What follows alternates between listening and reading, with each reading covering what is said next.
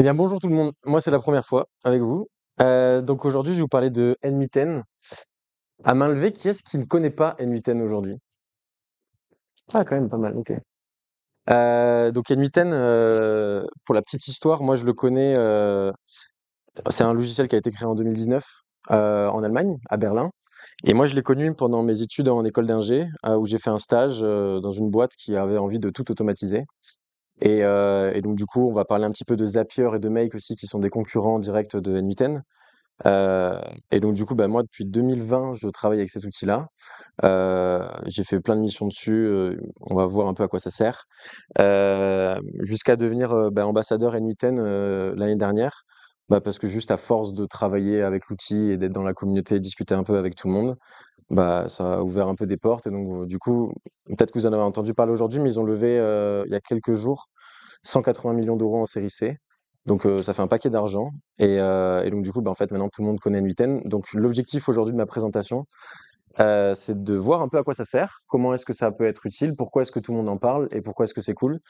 Et franchement, je pense que c'est un outil que vous devez tester, même si, vous êtes tech. On va voir qu'en fait, bah, même les techs, ils utilisent ça pour faire des applications beaucoup plus simples, enfin rapides, et on va voir un petit peu les avantages de ça. Donc moi, je vais pas rentrer dans la partie tech d'N8N, voir comment est-ce que ça a été construit, etc. Vous pouvez aller voir sur le repo comment ça marche. Moi, je suis pas rentré dans les détails, c'est écrit en TypeScript. Et ils ont aujourd'hui, je crois, près de 150 000 stars sur GitHub. Donc en fait, c'est énorme. Euh, donc, l'objectif d'aujourd'hui, moi, je vais commencer par me présenter rapidement, présenter la boîte que j'ai montée en janvier. Présenter rapidement N8N, voir un petit peu les comparaisons entre N8N, Make et Zapier. On va en discuter rapidement. Après, moi, je vais parler un petit peu de N8N en entreprise. Donc, moi, c'est mon métier de déployer de l'IA et de l'automatisation dans les boîtes. Donc, je vais vous montrer un petit peu les cas d'usage, donc voir un peu l'impact business qu'on peut avoir avec des outils comme ça. Et ensuite, je vais rapidement bah, vous montrer, on va essayer de faire quelques trucs ensemble, on va voir jusqu'où est-ce qu'on peut aller. Et après, on pourra poser des questions. Donc, ce qui peut être cool, c'est que si vous avez des questions, bah, vous n'hésitez pas à lever la main et on en discute avec grand plaisir, même pendant la présentation, ça peut être cool. Voilà. Il y a des questions déjà ou pas? Normalement, pas trop. Donc moi, j'ai été rapidement, je dis ancien data scientist, parce qu'actuellement j'ai une boîte, donc il faut un peu que je me vende. Mais en fait, en réalité, j'ai été data scientist que pendant 6 à 7 mois, dans une boîte qui s'appelle Tids, donc qui fait aussi un peu du bidding, comme Charles, je crois, à Montpellier, qui s'est fait racheter il y a pas longtemps. J'ai formé du coup depuis 2020, bah, plus de 400 élèves avec le wagon. Donc le wagon, c'est la boîte qui a racheté la boîte où j'ai été en stage. Donc du coup, j'ai été un petit peu bah, pistonné, surtout il n'y a pas 1000 personnes qui maîtrisaient N8N en 2021. Donc du coup, vu qu'on formait des gens sur N8N, bah, j'ai été là-dedans et j'ai fait la track Growth and Data Automation. Et ensuite, je suis passé par le master XHEC Entrepreneur, donc à la fin de mes études d'école d'ingé que j'ai fait à Toulouse, à l'ENSET.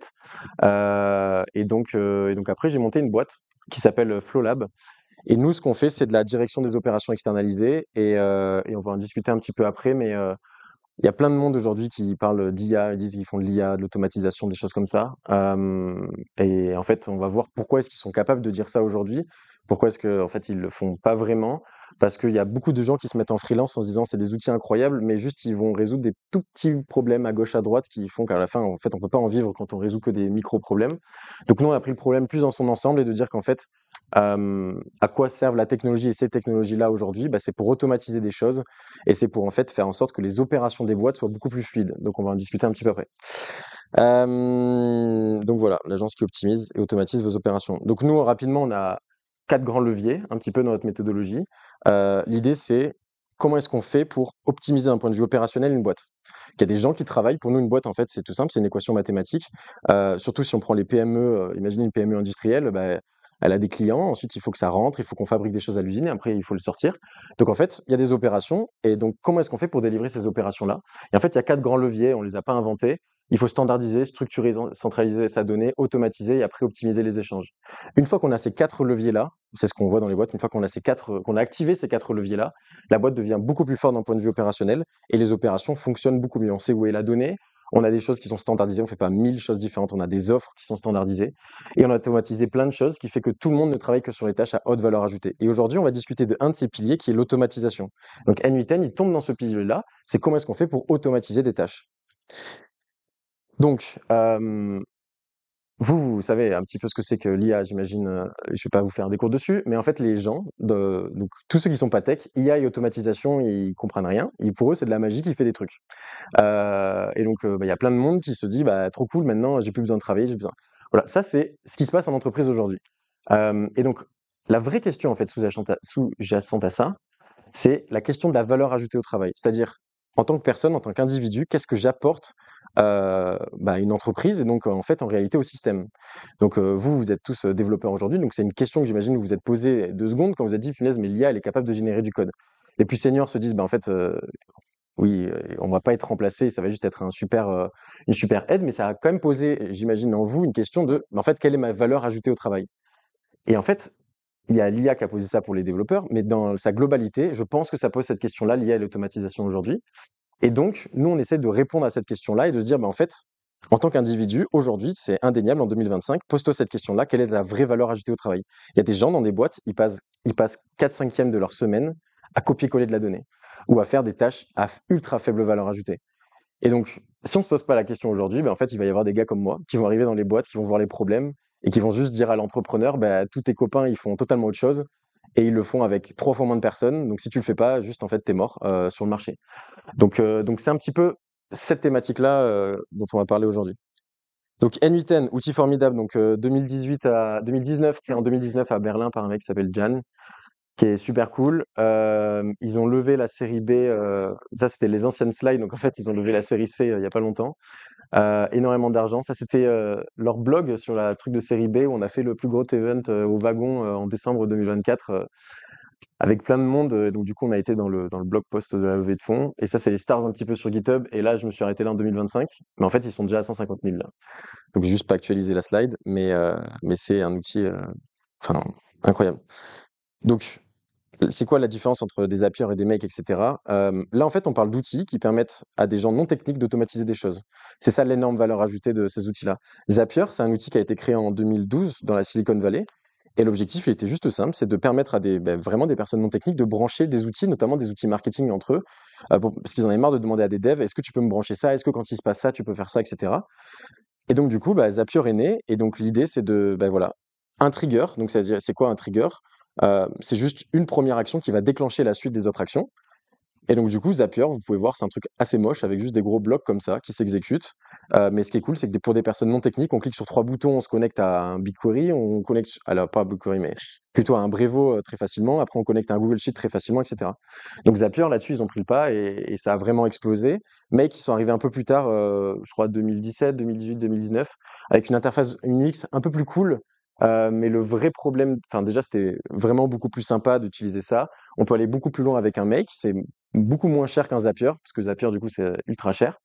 Et le petit dernier, c'est N8N. N8N, il est open source. Et ça, c'est formidable. C'est-à-dire qu'en fait, vous pouvez juste déployer le Docker sur n'importe quelle machine et vous régaler à faire de l'automatisation. Et c'est vraiment puissant pour ça. Et en fait, l'UX et l'expérience a été pensé pour les gens qui font du code, en fait, en réalité. Donc, c'est du low code. Donc, c'est-à-dire que derrière, on peut mettre un petit peu de JavaScript et un petit peu de choses. Mais c'est juste extraordinaire parce qu'il n'y a aucune abstraction, comme ce que peut faire un Make ou un Zapier. C'est-à-dire que d'un point de vue du typage des variables qu'on manipule, un make, ça nous enlève le typage. On voit pas si on est en train de manipuler un string ou un number. Donc en fait, c'est juste un enfer. Et donc avec N8N, déjà ça c'est beaucoup plus simple. Et en fait, ça a été pensé comme expérience pour les développeurs. Et il y a énormément de développeurs qui utilisent N8N pour automatiser des tâches où on n'a pas envie de sortir des bouts de code, quoi. Donc, N8N gratuit, open source. Vous pouvez le prendre sur le cloud, mais c'est payant. Vous pouvez aussi le déployer sur n'importe quel serveur. Et en comparaison avec Make et Zapier, N8N, il est nativement connecté à beaucoup moins d'API. Donc, il n'y a pas forcément les 3 clics, etc. Toutes les API ne sont pas implémentées dans N8N. Donc, c'est-à-dire que on ne peut pas faire toutes les actions qu'une API nous permette dans N8N, mais on peut contourner ça. Alors que des Zapier ou des Make, ils ont beaucoup plus bossé à faire en sorte que, effectivement, pour les non-tech, ça soit très facile. Donc voilà un petit peu à quoi ressemble un workflow N8N. Donc le petit déclencheur, c'est le petit, je sais pas si on voit bien, ouais, on voit bien. C'est le petit éclair comme ça. Donc là, par exemple, c'est quand un formulaire a été soumis. Et après, du coup, on peut faire une suite d'actions. Donc là, potentiellement, en quelques clics, on déploie un agent IA. On est capable de le connecter à un modèle. On est capable de le connecter à la mémoire, potentiellement à une base de données. Et ensuite, d'effectuer des actions sur des outils. Donc on peut potentiellement voilà, là brancher un Jira, ici brancher autre chose, et après faire des suites d'actions comme envoyer des messages, pas envoyer des messages, etc.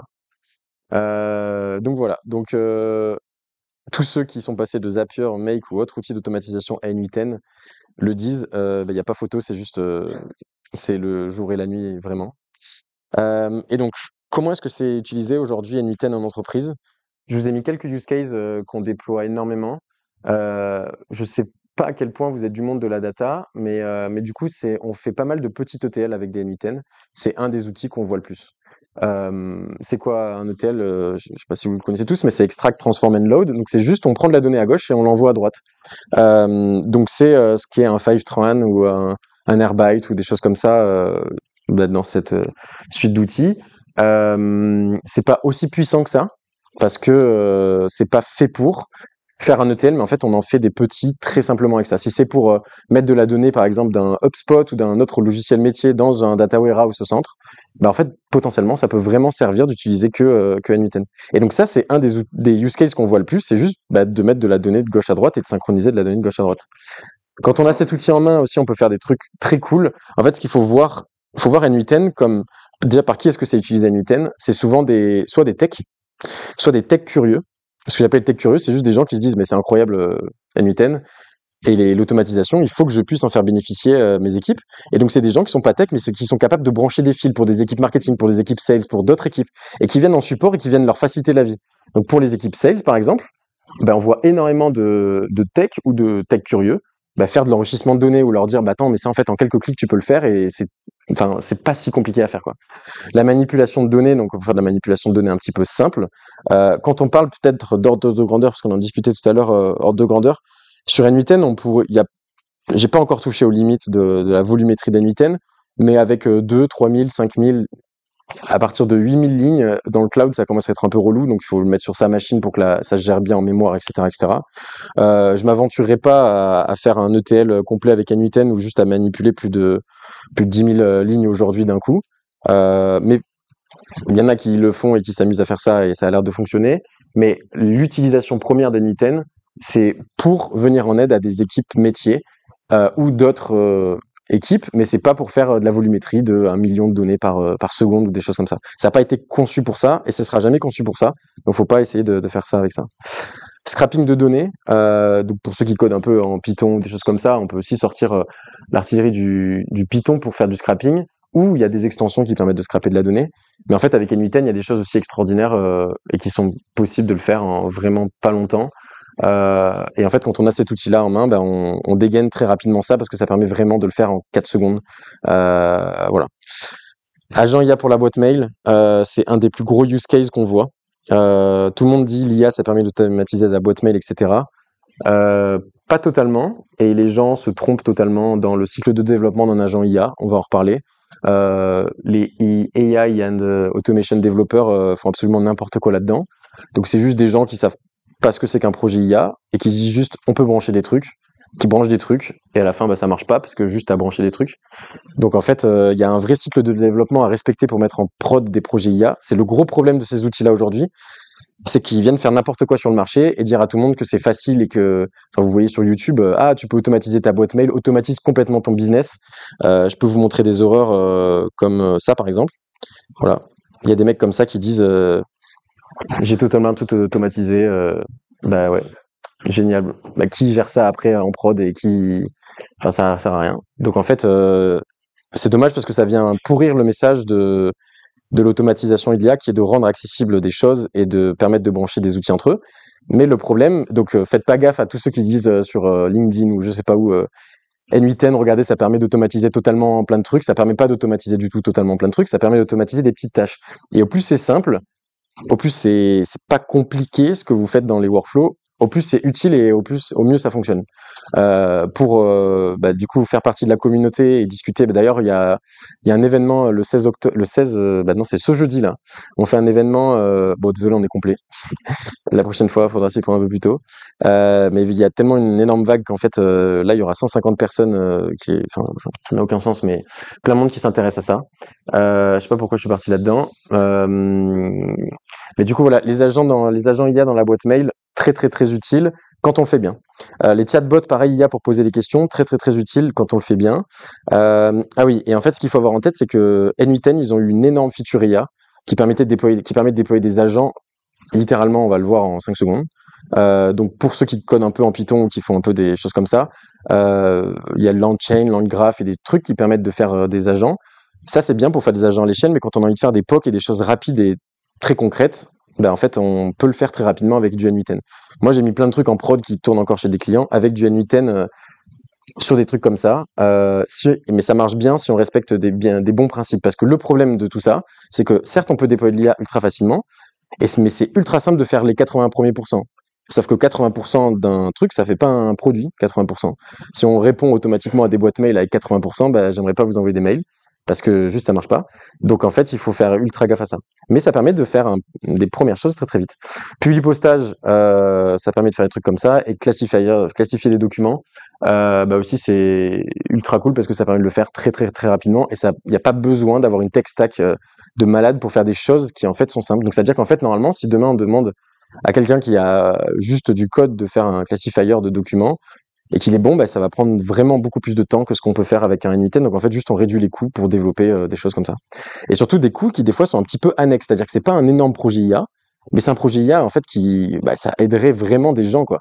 Il y a des gens dans des boîtes, mais juste les équipes tech, elles sont là, elles se disent, bah, en fait non, ma core value de ma boîte, c'est de faire de l'IA pour faire ça. Mais tous ceux qui en auraient besoin de l'IA, de l'automatisation à côté, bah, en fait, ils sont pas desservis parce que les boîtes tech, enfin, les équipes tech sont concentrées sur du Java. Donc voilà. Donc les ETL, bah, typiquement, un des gros use cases qu'on a, bah, c'est connecter tous les outils métiers entre eux. Très souvent, on met ça dans des BigQuery, mais juste des fois, on a envie de cliquer sur un bouton et que ça ouvre une facture dans Pennylane. On a envie euh, de faire plein de branchements entre des outils comme ça, et N8N, il permet de faire ça ultra facilement. Euh, Pourquoi est-ce qu'on fait pas du DBT ou du Airbyte ou d'autres outils directement comme ça? Parce que des fois c'est overkill et on a juste envie de faire passer rapidement de la donnée de gauche à droite et pas forcément de faire une énorme machine à gaz. Donc les use cases des ETL, N8N, dites-vous, c'est 80% juste ça. C'est 80% de N8N, c'est juste de faire passer de la donnée de gauche à droite de manière propre. Donc c'est-à-dire il y a un formulaire Brevo qui est rempli, on a envie que ça tombe dans HubSpot. On a un HubSpot et on a envie de faire tomber de la donnée dans un BigQuery. Alors là, pour ça, on utilise un peu plus des ETL. Mais c'est voilà, 80% des use cases N8N, c'est ça. Après, il y a des trucs un peu plus sympas, mais il faut se poser des vraies questions, notamment sur l'IA. Je sais pas si vous avez vu le rapport du MIT il y a pas longtemps qui disait que bah, tous les projets IA tombent un peu à l'eau et surtout les projets de GenAI. C'est parce qu'en fait, il y a, et on le voit vraiment au quotidien avec ma boîte, c'est que les gens veulent mettre de l'IA pour mettre de l'IA. Ils veulent mettre de l'automatisation pour mettre de l'automatisation. Ah, tu vois ça? Pas tous? Pas tous. Non, mais dans la globalité, quand il y a des gens qui disent, en fait, quand c'est des dirigeants de boîte ou juste des gens qui disent j'ai envie de faire de l'IA et qui sont pas du tout aware de ce qui se passe, en fait, ils vont juste faire un projet pour dire qu'ils ont fait un projet. Et il y a plein de boîtes qui ont juste des enveloppes IA et il faut faire des projets IA. Et donc ils envoient de l'argent, ils disent allez, qu'est-ce qu'on fait? Bah, le Comex, ils ont dit qu'il fallait qu'on fasse de l'IA, donc faut bien qu'on trouve un truc à faire avec de l'IA. Ce qui est totalement naze, parce qu'en fait, il y a plein de features qui pourraient être développées et qui sont pas de l'IA et qui sont juste ultra utiles. Bah, du coup, non, on fait de l'IA. On s'en fout totalement, mais on fait de l'IA. Donc en fait, ce qui est important de se poser quand on fait de l'automatisation, quand on fait de l'IA et quand on fait des technos comme ça, c'est quel indicateur et quel problème est-ce qu'on est en train de résoudre. Si on n'est pas en train de résoudre un vrai problème, bah, tous ces trucs-là, ils tombent à l'eau. Donc je parle notamment pour les projets IA et pour la projet boîte mail dont je vais rentrer un peu plus dans le détail. Ben ça, ces projets-là, ils tombent très souvent à l'eau parce qu'on ne sait pas quel problème on est en train de résoudre. Donc typiquement pour la boîte mail, je ne sais pas si c'est l'agent IA pour des boîtes mail, une agence de voyage, nous, elle nous avait pas d'abord dit qu'elle voulait mettre de l'IA dans la boîte mail, mais on s'est rendu compte qu'en fait, il y a des gens. Donc agence de voyage, je vous fais le topo, c'est une boîte qui gagne X millions et l'année d'après ils veulent gagner encore plus. Mais ils n'ont pas envie d'augmenter l'effectif, et bien ils se rendent compte juste qu'en fait c'est pas possible parce qu'il y a plein de goulots d'étranglement d'un point de vue de l'organisation. Donc on regarde ce qu'on peut faire, est-ce qu'on peut un petit peu automatiser. Et quand on regarde les équipes au quotidien et au jour le jour, on se rend compte qu'ils passent vraiment énormément de temps à répondre à des mails. Et il y a tout le temps les mêmes mails. Alors, qu'est-ce que ça veut dire tout le temps les mêmes mails? Mais c'est des questions un petit peu bêtes de ah, mais je pars en voyage là, est-ce que j'ai besoin de prendre, est-ce que j'ai besoin de mon permis? Est-ce que j'ai besoin d'un parapluie? Est-ce que j'ai besoin des chaussures? En fait, même si on a 5 personnes dans l'équipe, S'ils font que répondre à ça toute la journée, ben, ils peuvent pas absorber plus. Ils sont déjà sous l'eau avec ça. Donc la question, c'est comment est-ce qu'on fait pour gérer ça? Donc dès qu'on a identifié ça, il faut identifier un KPI qu'on essaye de résoudre. Et le KPI là, c'est juste donc l'indicateur clé qu'on essaie de faire tomber, bah, c'est le temps passé à répondre aux mails. Donc là, on a serré un petit peu notre problème. Mais après, la question, c'est quel type de mail? Et donc là, un freelance, il va juste essayer de brancher de l'IA et de dire, OK, bah, regardez, on répond à des mails. C'est une manière de faire, mais juste, quand on fait ça à l'échelle, bah, ça marche pas trop parce qu'on sait pas ce qu'on fait, on sait pas comment l'améliorer, etc., etc. Donc, la bonne manière de faire, si vous voulez déployer des agents IA avec N8N dans les boîtes, ou même dans votre boîte, c'est d'identifier vraiment le problème que vous avez envie de résoudre et après de faire de la classification. Donc, typiquement pour les agences de voyage, quels sont les types d'emails auxquels on aimerait bien répondre? Bah, N8N, ça permet de faire ça.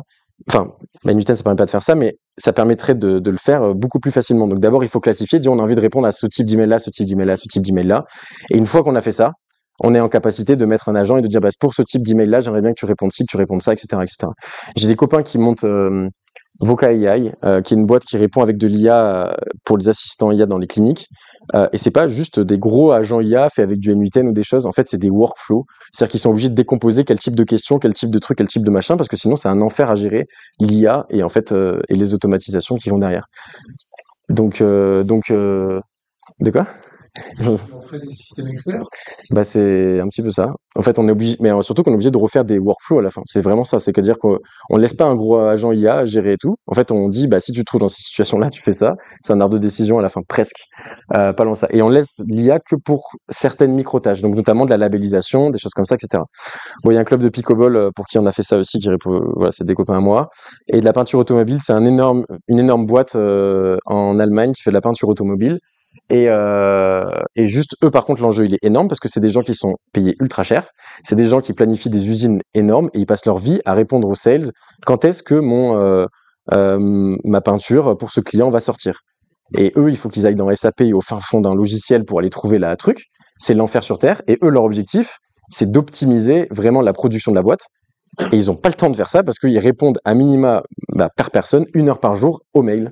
Et donc quand on a 8 heures et même si on a envie de bosser 9, 10, 15 heures, il y a une jauge d'énergie énorme qui est dépensée à juste gérer ces trucs-là et c'est un enfer pour eux. Donc en fait, quand on automatise des choses pour eux, bah, c'est énormément de gains. Voilà. Alors la difficulté pour mettre ça dans les boîtes mail, c'est que soit vous êtes en interne dans la boîte mail et vous êtes très très pote avec la DSI, ce qui va vous permettre d'accéder et d'avoir des credentials pour se connecter à la boîte mail. Spoiler alerte, vous allez vraiment pas y arriver.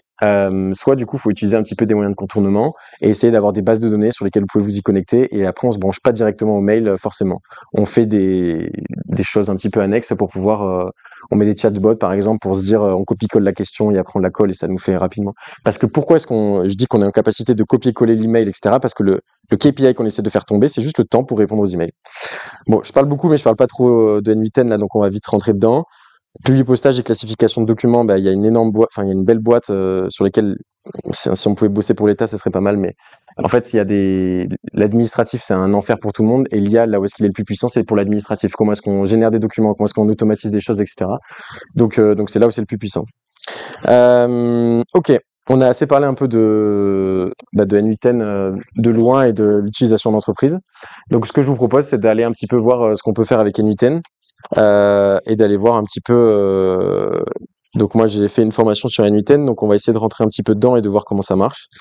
Donc, ça, c'est un petit peu l'interface. Je peux pas trop vous montrer parce qu'il y a des trucs avec des clients, mais du coup, on va rester là dans le sous-dossier formation N8N. Et donc, ce qui se passe, c'est que quand on clique dessus, bah, là, on peut créer un workflow. Donc moi, je l'ai hébergé. Enfin, moi, j'ai une licence vu que je suis vu que je suis pote avec N8N. Donc du coup, moi, j'ai un truc un peu plus gros.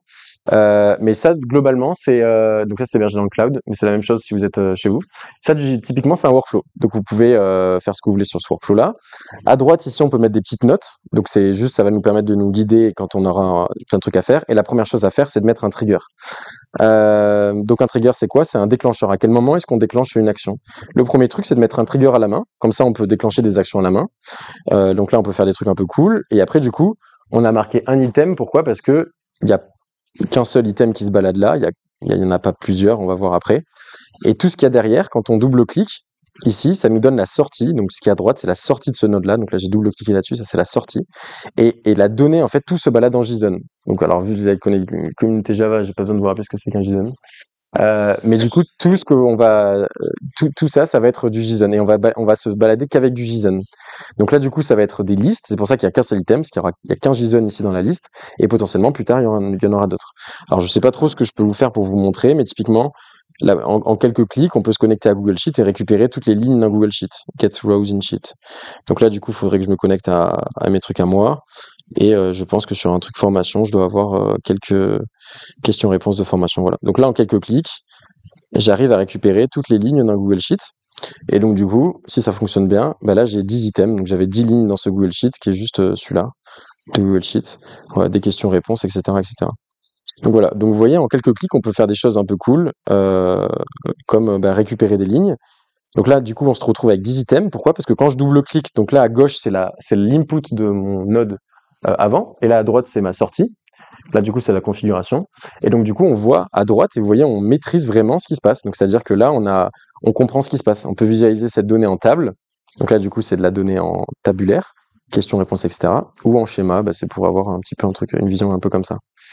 Voilà. Ce qui est cool, c'est que vraiment, ils ont pensé l'utilisation pour que ça soit user-friendly. Donc, typiquement, il y a des fois, on a envie d'utiliser d'autres logiciels et on n'a pas envie de réexécuter tout le temps parce que potentiellement, ça utilise des crédits sur quelque chose ou sur une application, par exemple, si on veut enrichir la donnée ou autre, ou juste on n'a pas envie de relancer tout le temps tout ça. Donc, en fait, ils ont mis des super fonctions et c'est vraiment en ça que c'est puissant. Typiquement, on pourrait pin la donnée. C'est-à-dire que la donnée qui est là, à chaque fois que je réexécute, ça réexécute pas ce truc-là, ça a gardé l'ancienne donnée. Donc, du coup, ça c'est ultra cool et très très sympa. Donc là, maintenant, on a 10 items. Et après, ce qu'on peut faire, c'est potentiellement travailler avec ces 10 items, manipuler la donnée. Donc là, le node 7, c'est quelque chose qui est très utile. Et comment ça fonctionne? Imaginez que moi, j'ai envie d'avoir que question, j'ai pas envie de l'avoir de cette manière-là et j'ai envie de l'avoir sans S, juste comme ça. Mais du coup, je dis, OK, ma prochaine variable, elle va s'appeler question. Et la valeur que je vais lui donner, soit je lui mets en dur. Donc je fais 1. Donc pour chacun des items, ça va faire ça. Donc ça va me sortir plein d'items avec la question 1. Donc si je la regarde en JSON, c'est juste ça. Soit je lui dis, ben non, en fait, ce que tu peux faire, c'est je vais drag and dropper ça. Hop, et là, on est passé de quelque chose de fixe à quelque chose d'expression. Donc tout ce qui est entre guillemets comme ça va être exécuté en JavaScript. Donc du coup, le $JSON, c'est eux une convention pour se dire, bah, on récupère le JSON qu'il y a là. Et après, du coup, le point question, c'est juste pour accéder dans ce JSON à la question. Et donc du coup, quand je fais ça, j'ai renommé ma variable avec la valeur qu'il y a avant. Et ce qui est cool, c'est que là, du coup, on peut faire un petit peu de JavaScript. Donc si j'avais envie de le mettre en lowercase, ben, je peux appliquer une petite fonction de lowercase et du coup, ça me met tout en lowercase. Voilà, donc c'est comme ça et c'est en ça que NU10 est super puissant, c'est parce qu'il nous permet de manipuler la donnée. Et si des fois, on n'arrive pas à la manipuler exactement comme on veut, on peut aussi y mettre un peu de code.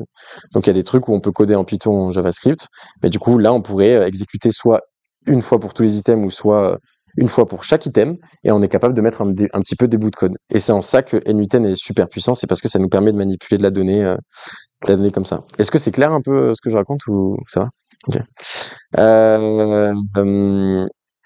Donc voilà. Les workflows IA, c'est le truc le plus puissant qu'il y a là-dessus. Donc typiquement, si là je voulais faire en 3 secondes un truc IA, bah, alors je peux vous donner un exemple de quelque chose que j'ai fait en 2 secondes il y a pas longtemps. C'est qu'il y a quelqu'un qui a une énorme liste avec plein de variables. Alors c'est pas du tout optimisé mon truc, vous allez voir. Mais juste, cette personne a tout le temps besoin de savoir s'il y a quelqu'un dans cette liste. Sauf que, alors c'est pas quelqu'un, c'est un nom de variable, mais il aimerait bien juste avoir une idée si plus ou moins ça existe comme nom de variable. Donc si on résout ce problème-là d'un point de vue sans penser à l'IA, on se dit, je sais pas, on pourrait faire, il y a plein de manières pour voir s'il y a des nombres de combinaisons de lettres pour faire. Bon bref, il y a des petits bouts de code qui permettent de faire ça. Mais si on veut le faire grossièrement, parce qu'on a que 120 lignes de code, on n'a pas envie de s'embêter, on pourrait imaginer faire un petit agent IA. Et donc du coup, le petit agent IA, ça serait quoi? Ce serait quelque chose comme ça. Donc on met un trigger qui est quoi? Qui est quand il y a un chat qui va être lancé. Donc on va voir après ce que c'est qu'un chat. On peut mettre un agent IA. Hop, un agent IA. Et donc là, du coup, on a configuré le petit truc qui est agent IA. Un agent IA, c'est quoi? C'est juste un modèle. Donc je sais plus si j'ai encore des crédits là sur ce compte avec OpenAI. C'est juste un modèle, pas forcément d'outils. Et là, en 4 secondes, on a fait un petit agent IA. Donc du coup, quand on ouvre le chat ici, donc on pourrait chatter ici et lui dire salut. Hop, et donc là, du coup, notre petit agent, il a plus de crédit. Donc on va voir si j'ai des crédits comme ça. Est-ce que j'ai des crédits quelque part? Ok, là j'ai des crédits. Voilà, salut, comment puis-je vous aider aujourd'hui? Donc là, en 2 secondes, on a fait un petit chatbot. C'est cool. Et après, ce qui est cool, c'est que ça, on peut se donner, on peut mettre ce chatbot en public. Et donc là, on a une URL publique en 4 secondes sur lequel on a notre chatbot. Si je veux bien le faire, il faut juste l'activer. Et après, du coup, ça nous a donné une URL publique. Donc là, en 4 secondes, on a fait un petit chatbot sur lequel on peut discuter et parler. Lui dire salut. Voilà. Et donc là, du coup, il est capable de me répondre. Donc bon, là, comme ça, c'est juste un espèce de chat GPT, ça sert à rien. Mais du coup, ce qui est sympa, c'est qu'on peut mettre des outils très rapidement à sa portée. Donc les outils, ça peut être quoi? C'est potentiellement le Google Sheet qu'on a mis tout à l'heure.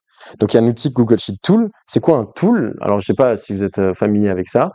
Mais c'est que les agents, ils ont la possibilité d'exécuter des fonctions. Et en fait, ces fonctions-là, dans l'idée d'un tool, c'est juste un call API à une API. Et donc du coup, on peut lui expliquer que potentiellement cet outil-là, c'est récupérer les questions les plus courantes. Voilà.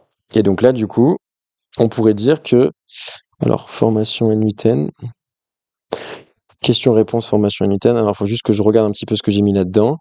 Voilà. J'ai fait une formation sur N8N. J'ai envie de faire un petit chatbot pour que les gens posent des questions sur cette formation-là. Du coup, je donne accès à mon outil, les questions les plus courantes sur la formation N8N.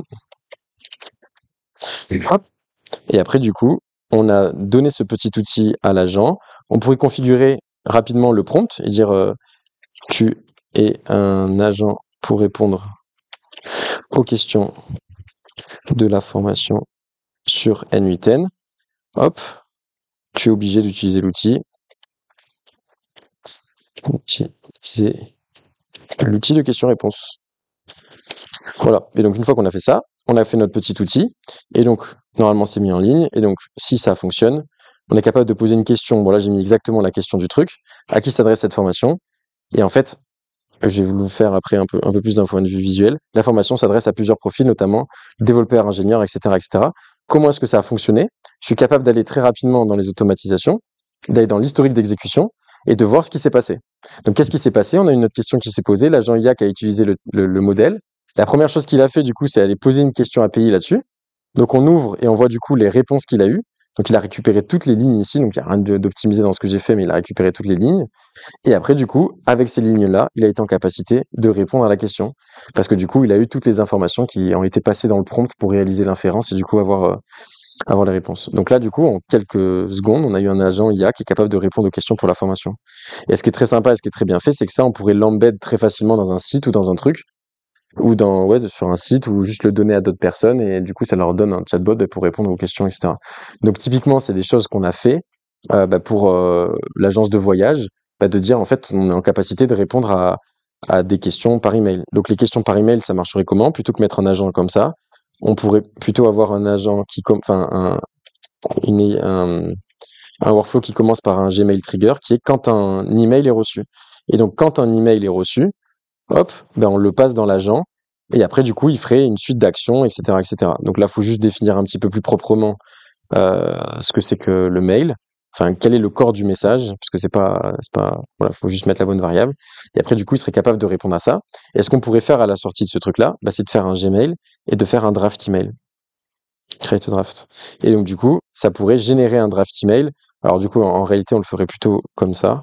On ferait plutôt sur Gmail. Et là, du coup, on irait dans créer un draft email. Create a draft. Enfin bref, je vous le fais pas, mais c'est l'idée. Et donc du coup, dès qu'il y a un nouvel email, ça passe dans l'agent IA, ça le ferait. Si vous voulez déployer ça en entreprise, ce qui est très important juste de savoir, c'est quel est l'objectif vraiment de cet agent, parce que typiquement, si on voulait le faire pour les mails, on reçoit plein de mails qu'on n'a pas envie de recevoir. Donc déjà, la première chose à faire, c'est filtrer. Donc tout ce qui est newsletter, etc., on n'a pas du tout envie d'utiliser des tokens là-dessus. Tout ce qui est email interne, niet, c'est-à-dire que si votre DG vous envoie le budget pour 2025, vous n'avez pas du tout envie que ça passe dans une IA. Donc il y a plein de filtres d'abord à mettre. Et une fois qu'on a mis ces filtres, généralement ce qu'on fait, c'est qu'on fait une étape de classification.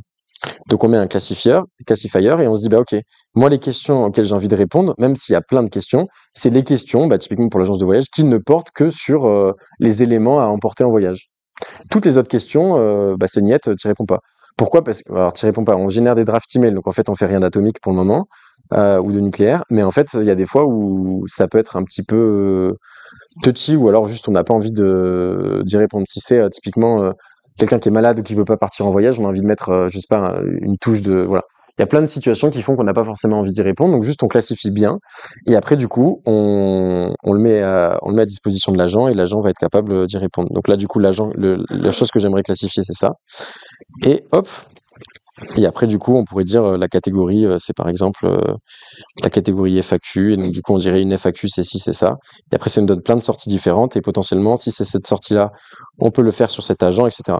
Ce qui est cool aussi c'est que quand on commence à faire un truc un peu gros, donc typiquement, il pourrait y avoir des questions sur la FAQ, des questions sur le budget, imaginons si on a envie d'y répondre automatiquement. Il pourrait y avoir des questions en interne. Et donc, du coup, on pourrait avoir envie de créer plein de petits workflows comme ça. Et ce qui est cool, c'est qu'ils ont mis des fonctions. En tout cas, on peut faire ça et le convertir en sub-workflow.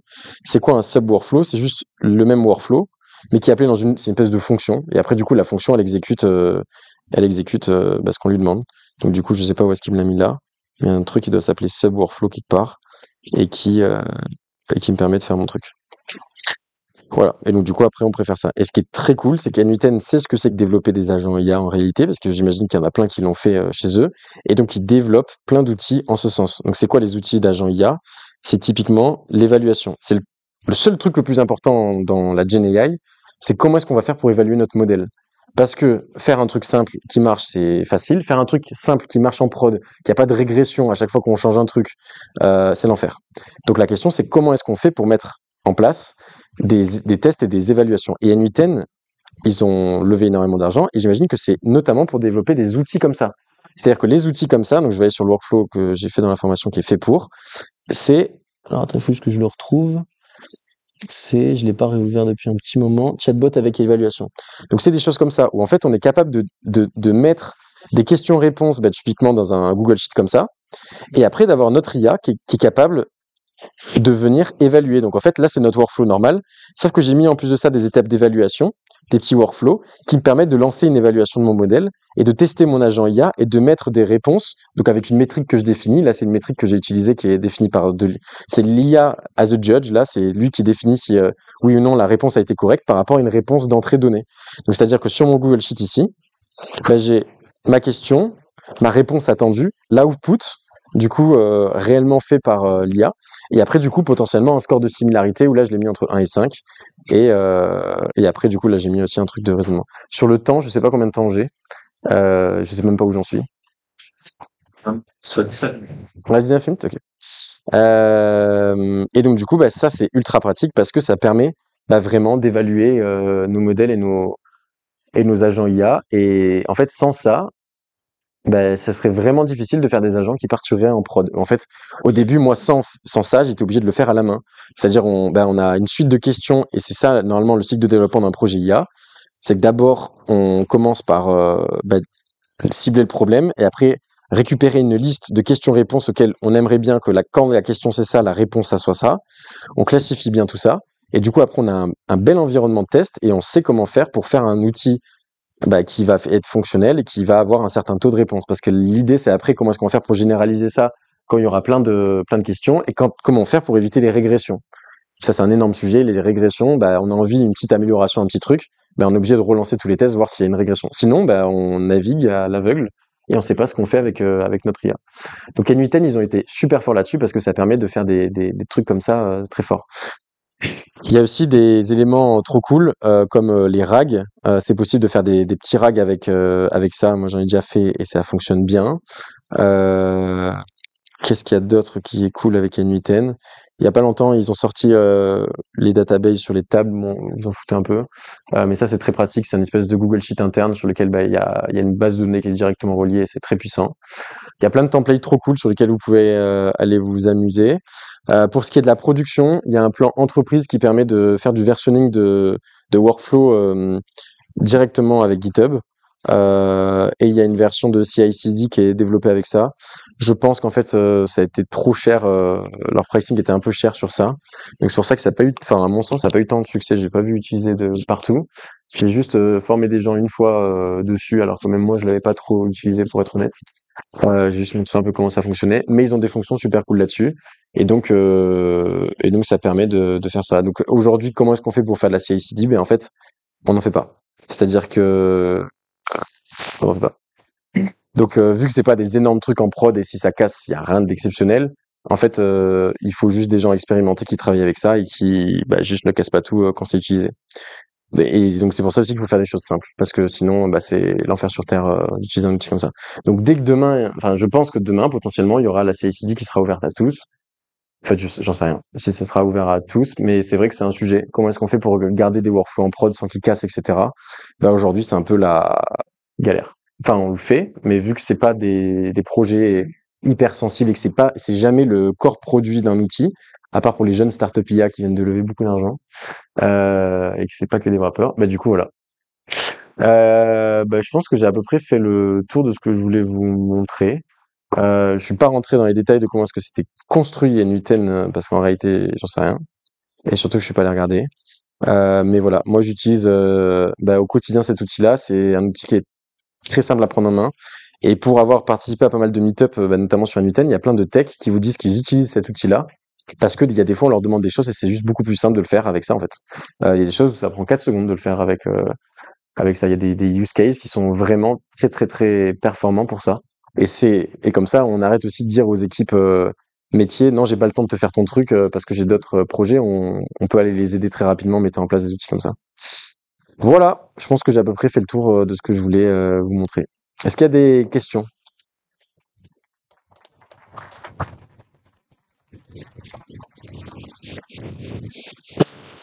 Tu as dit que le moteur était open source, Ouais. et après tu as laissé entendre que peut-être l'entreprise fabriquait vendait, à un moment tu as dit, ils n'ont pas développé un truc, Ouais, bah ah ouais, alors oui, la question c'est comment est-ce que N8N est hébergé?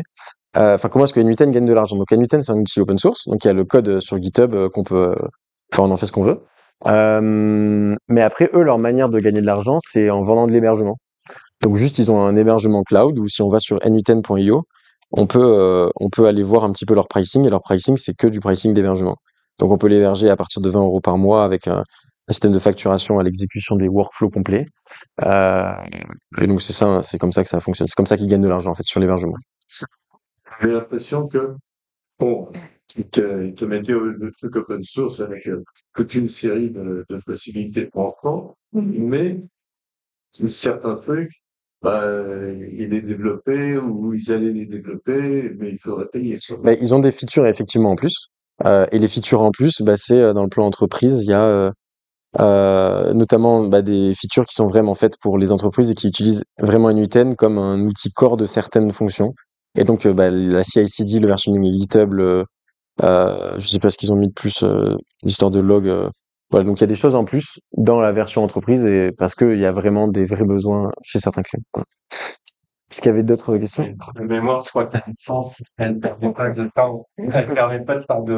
faire un service hosté avec la licence open source. Elle est restrictive là-dessus. On peut l'utiliser à titre personnel sur sa machine. Ouais. On peut pas créer, par exemple, un cloud provider ne pourrait pas créer son service à lui.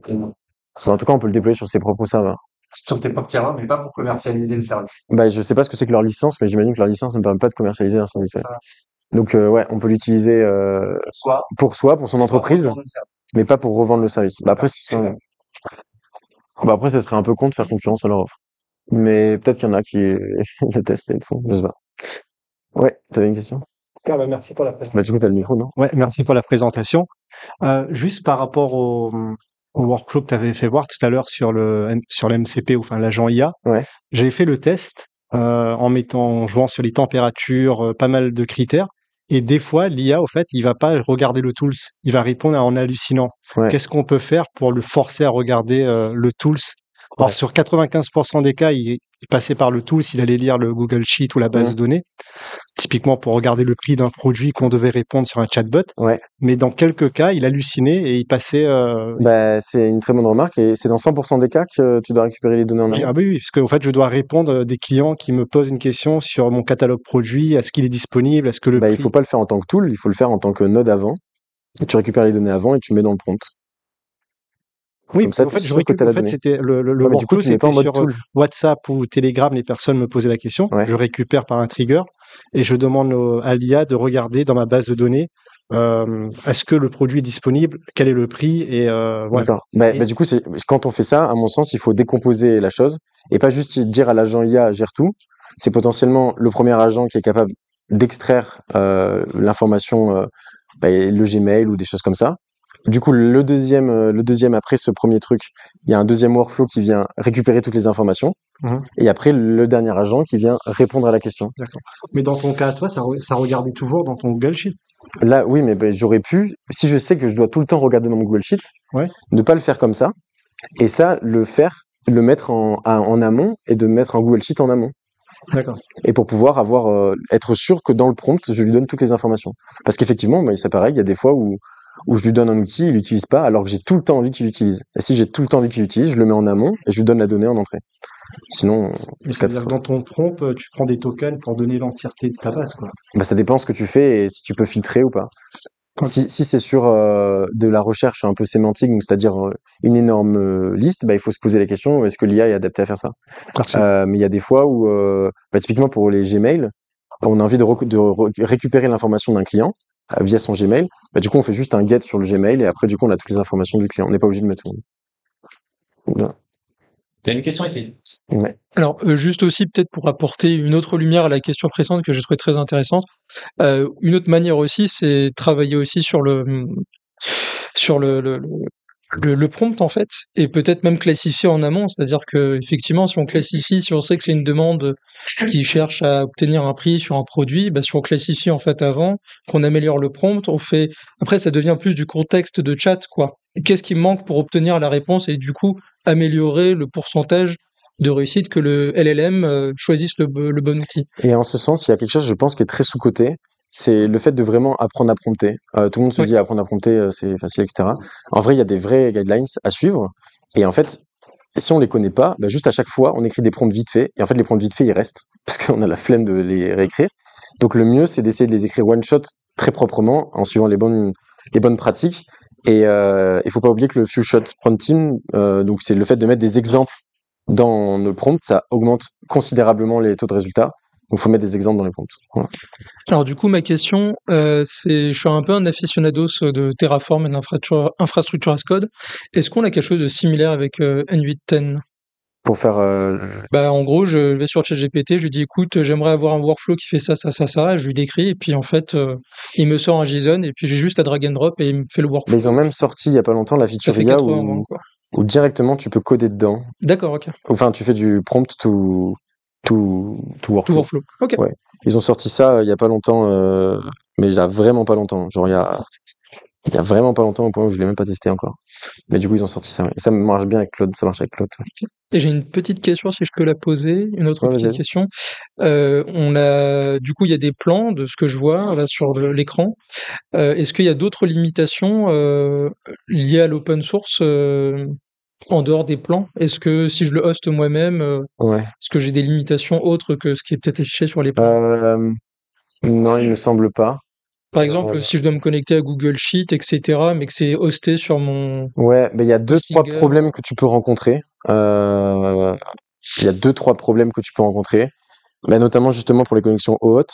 Il y a des fois où il te complexifie un peu la tâche parce que t'es pas en train d'utiliser l'application OAuth de N8N, l'application OAuth de N8N, et donc du coup tu dois aller configurer la tienne dans Google Cloud créer l'application OAuth, te mettre en tant qu'utilisateur test, très important, mettre externe, utilisateur test, écran de consentement OAuth, et après tu peux bientôt configurer pour que ça fonctionne bien. Mais du coup, de quoi? Les variables globales? Alors les variables globales de quoi? Ouais. Ah oui, les variables globales aussi, c'est vrai, c'est dans le plan de cloud. Voilà. Merci beaucoup. Est-ce qu'il y a d'autres questions?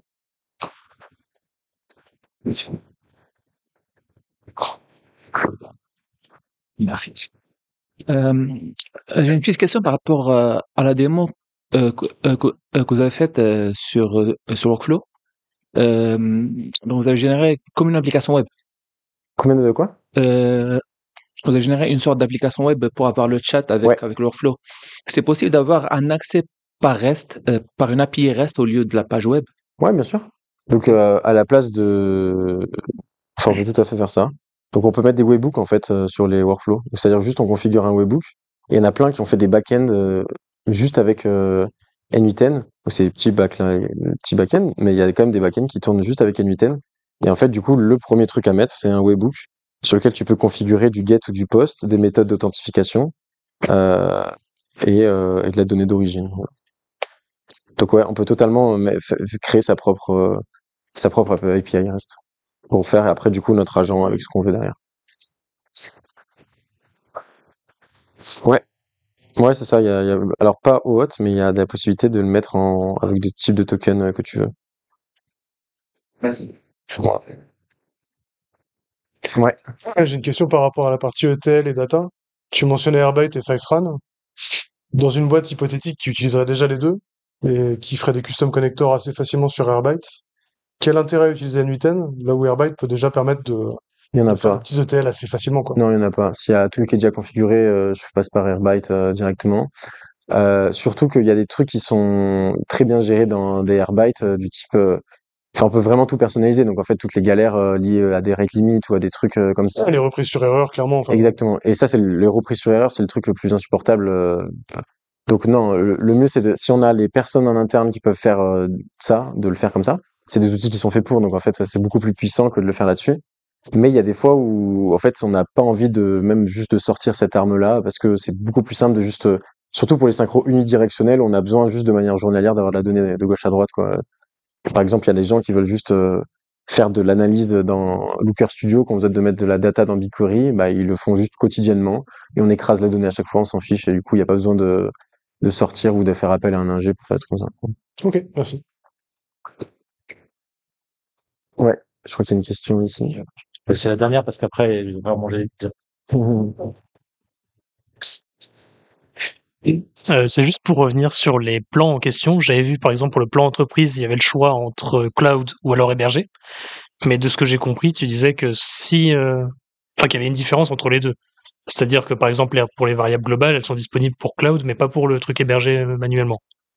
C'est bien ce que j'ai compris? Ouais, il me semble que sur le self-host, tu peux pas avoir des variables globales.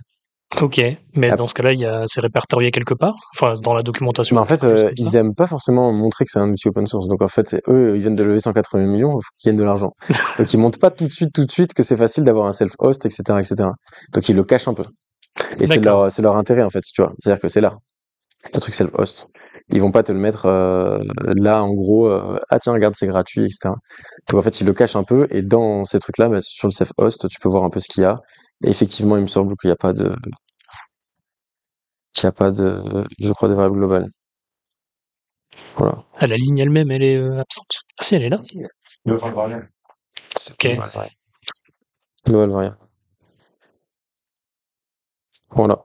Ok, c'est intéressant. Bah merci. Ah mais du coup, pour le self-hosted, il y en a des variables En globales. fait, c'est le community. Ah, mais pour le plan entreprise, je demandais justement.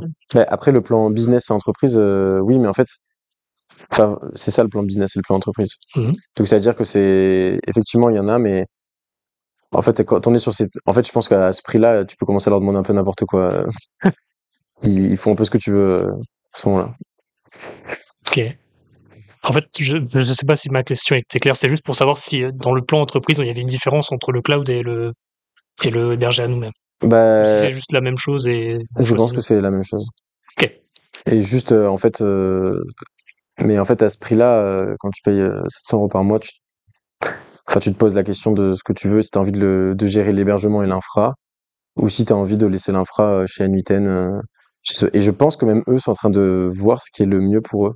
C'est-à-dire, ils cherchent encore vraiment leur modèle économique, parce que c'est pas simple quand on est dans la version comme ça. Donc, est-ce que les gens préfèrent héberger chez eux et après, du coup, tu leur mets une certaine version? Est-ce qu'ils l'hébergent chez toi et du coup, c'est une autre version? Donc, c'est des problématiques. Moi, j'y suis pas, honnêtement, j'y vais jamais, en fait, sur ce truc-là. Voilà. Ok, ça marche. Merci. En plus, que ça fonctionne comme Airbyte ou Metabase sont des produits de la niveau de la data en open core aussi. La licence open source est repository pour tout open source, sauf certains connecteurs, ils n'ont pas license ou licence open source. Là, tu payes ton abonnement Enterprise. Mhm. Cette fois-ci, si tu es obligé de le faire, parce que tu as des contraintes de compliance qui font que. Sur le cloud, si tu peux te permettre, en fait, ça vient presque un détail, le cloud versus hosté. Quand t'as besoin de cette feature-là, que j'ai payé pour, que ce soit cloud ou on-premise, faut payer ça. Oui, ok, ça je comprends. Donc, je me demandais, c'était vraiment si tu payais la plus haute, le plus blanc, c'est soit t'as la même chose en cloud. Ouais, c'est, est-ce que, Ouais, tu peux avoir la même. Mais en fait, et à ce prix-là, ils te mettent les versions max de tout. Donc en fait, t'as accès à toutes les features et les dernières versions. je pense Et après, du coup, tu peux que la réponse c'est là, hein, contact self. Ouais. Si t'arrives à discuter avec eux, ils sont très gentils.